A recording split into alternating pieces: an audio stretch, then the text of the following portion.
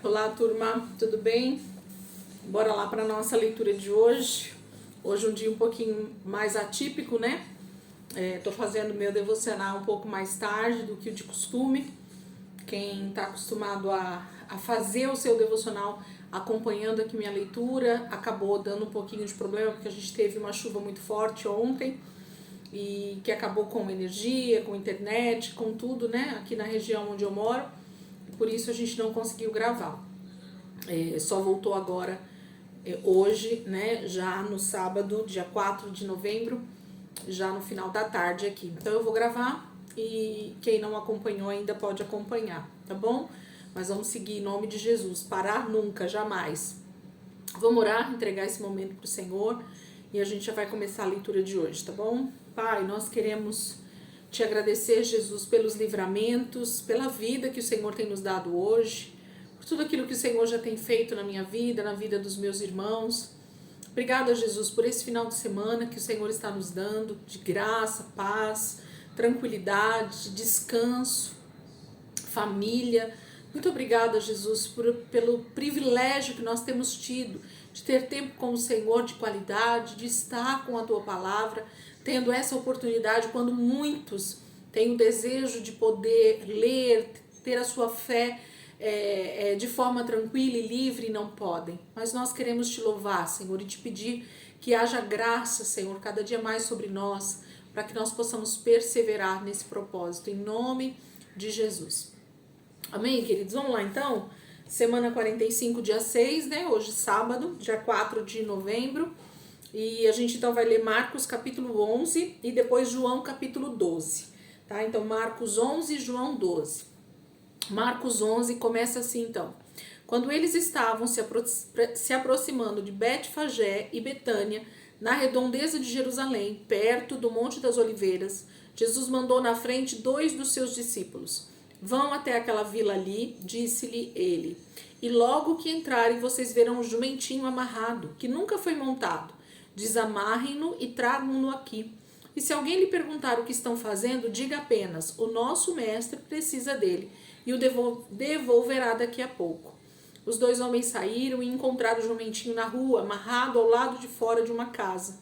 Quando estavam desamarrando, algumas pessoas perguntaram, o que vocês estão fazendo, desamarrando esse jumentinho?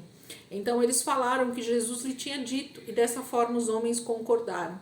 Assim trouxeram o jumentinho a Jesus, os discípulos puseram seus mantos sobre ele, para que Jesus o montasse.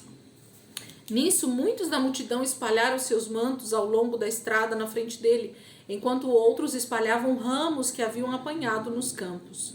Ele lá no centro do cortejo, com o povo na frente e atrás, e todos eles gritavam, Hosana! Bendito seja aquele que vem em nome do Senhor. Bendito seja o reino do nosso pai Davi.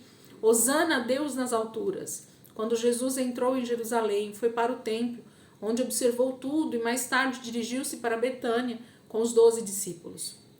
No dia seguinte de manhã, quando saíam de Betânia, Jesus sentiu fome. A pouca distância do caminho notou uma figueira cheia de folhas e por isso foi ver se podia encontrar figos nela.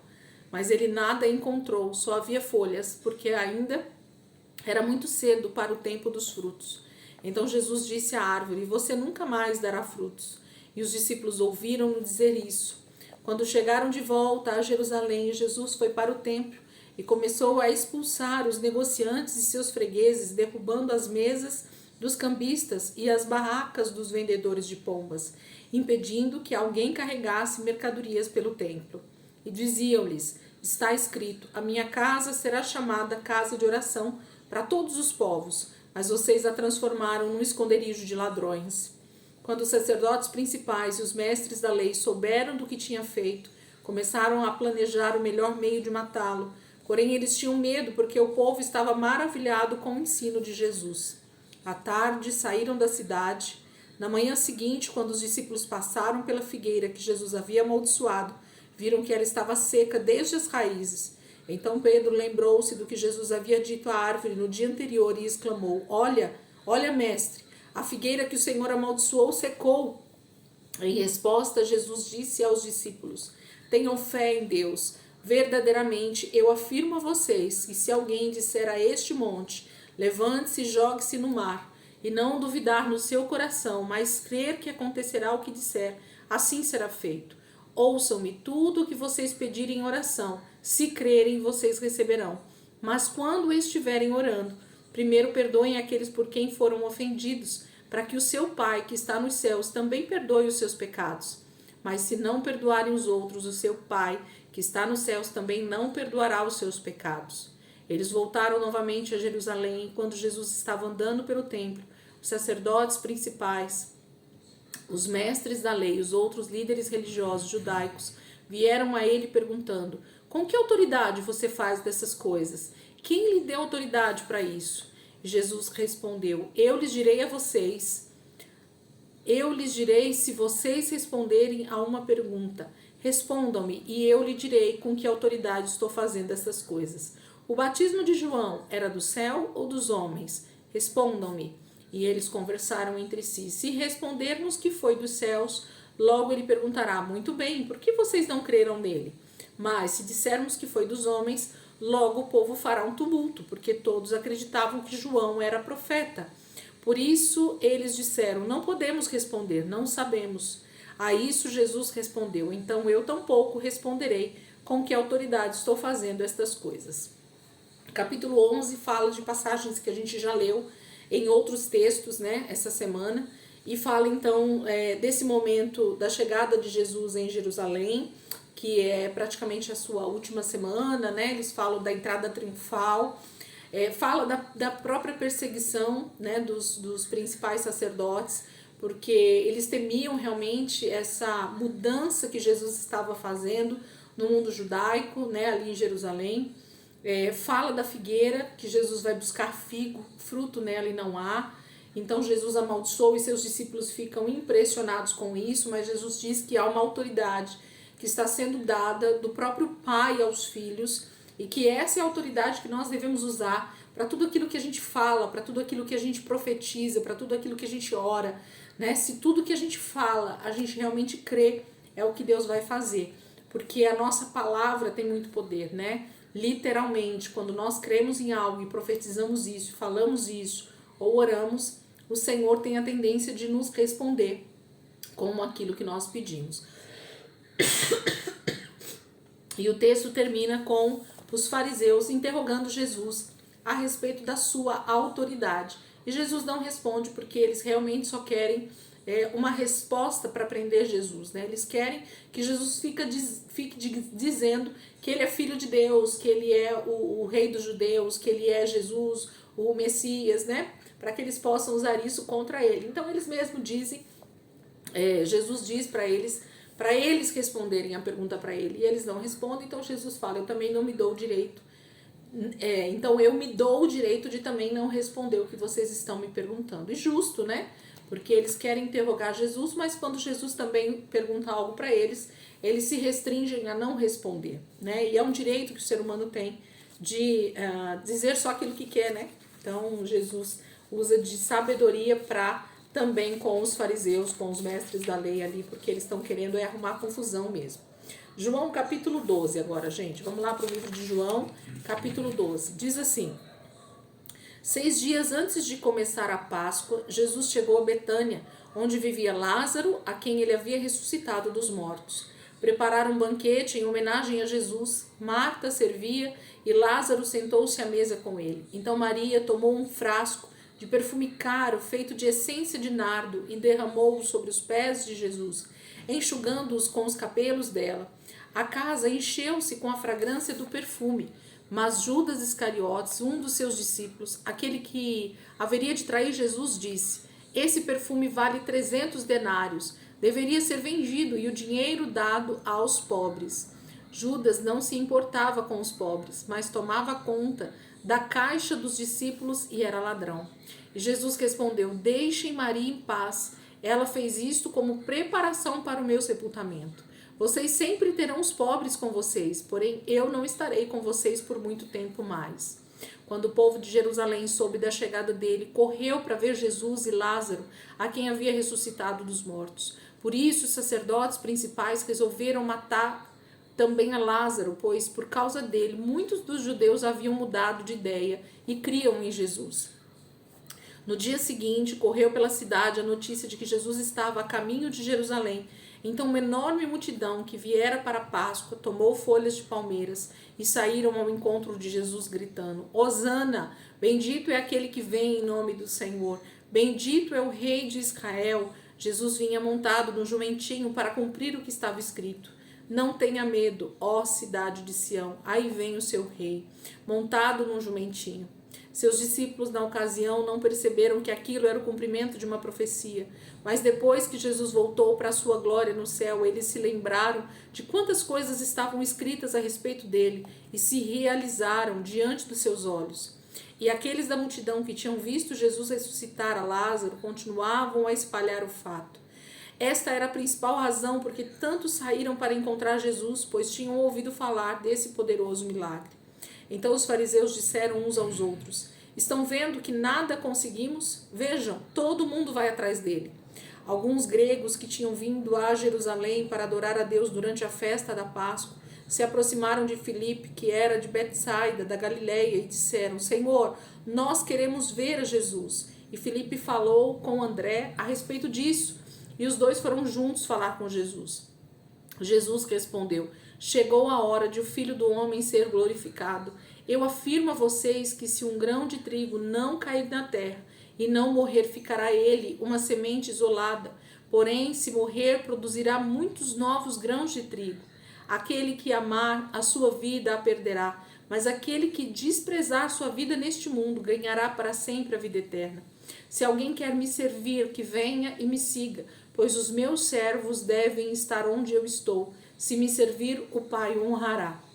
Agora minha alma está muito perturbada. Deverei orar dizendo: Pai, salva-me daquilo que está por vir. Deverei orar dizendo: Pai, salva-me daquilo que está por vir? Não, essa é a razão pelo qual eu vim. Ó Pai, glorifique e honre o seu nome.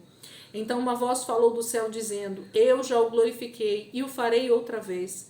Quando a multidão ouviu a voz, alguns deles pensaram que era um trovão, enquanto outros afirmavam que um anjo havia falado com ele. Então Jesus disse: A voz foi por causa de vocês e não por minha causa.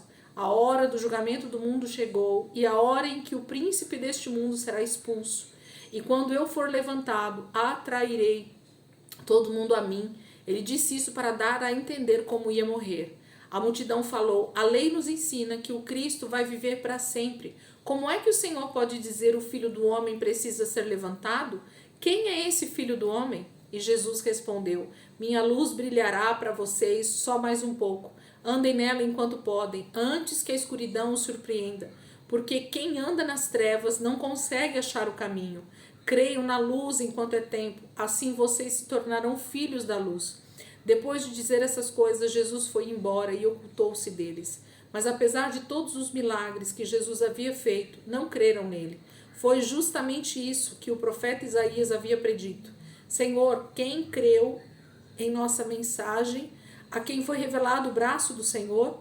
Porém, eles não podiam crer, porque, como disse Isaías, cegou os seus olhos e endureceu o seu coração, para que não possam ver com os olhos, nem entender com o coração, nem voltar-se para mim, para que eu os cure.